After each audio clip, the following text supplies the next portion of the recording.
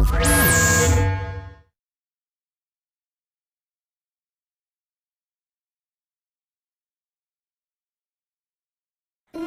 কোণে সূর্য তো তখন ডুবুডুবু, ঠিক যেমনভাবে অনিমেষের সাজানো সংসারটা ডুবতে বসেছে।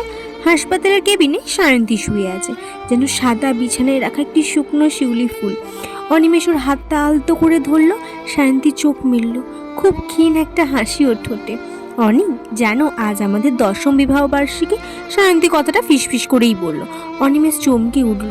ও ভুলেই গেছিল এই কদিন ওষুধের নাম আর ডাক্তারের প্রেসক্রিপশন ছাড়া ওর মাথায় কিছুই ছিল না। ও নিজেকে সামনে নিয়েই বলল, মনে আছে তো, তাই তো তোর প্রিয় লাল গোলাপটাই আনতে গেছিলাম, কিন্তু সব দোকানেই আজ বড্ড ভিড়।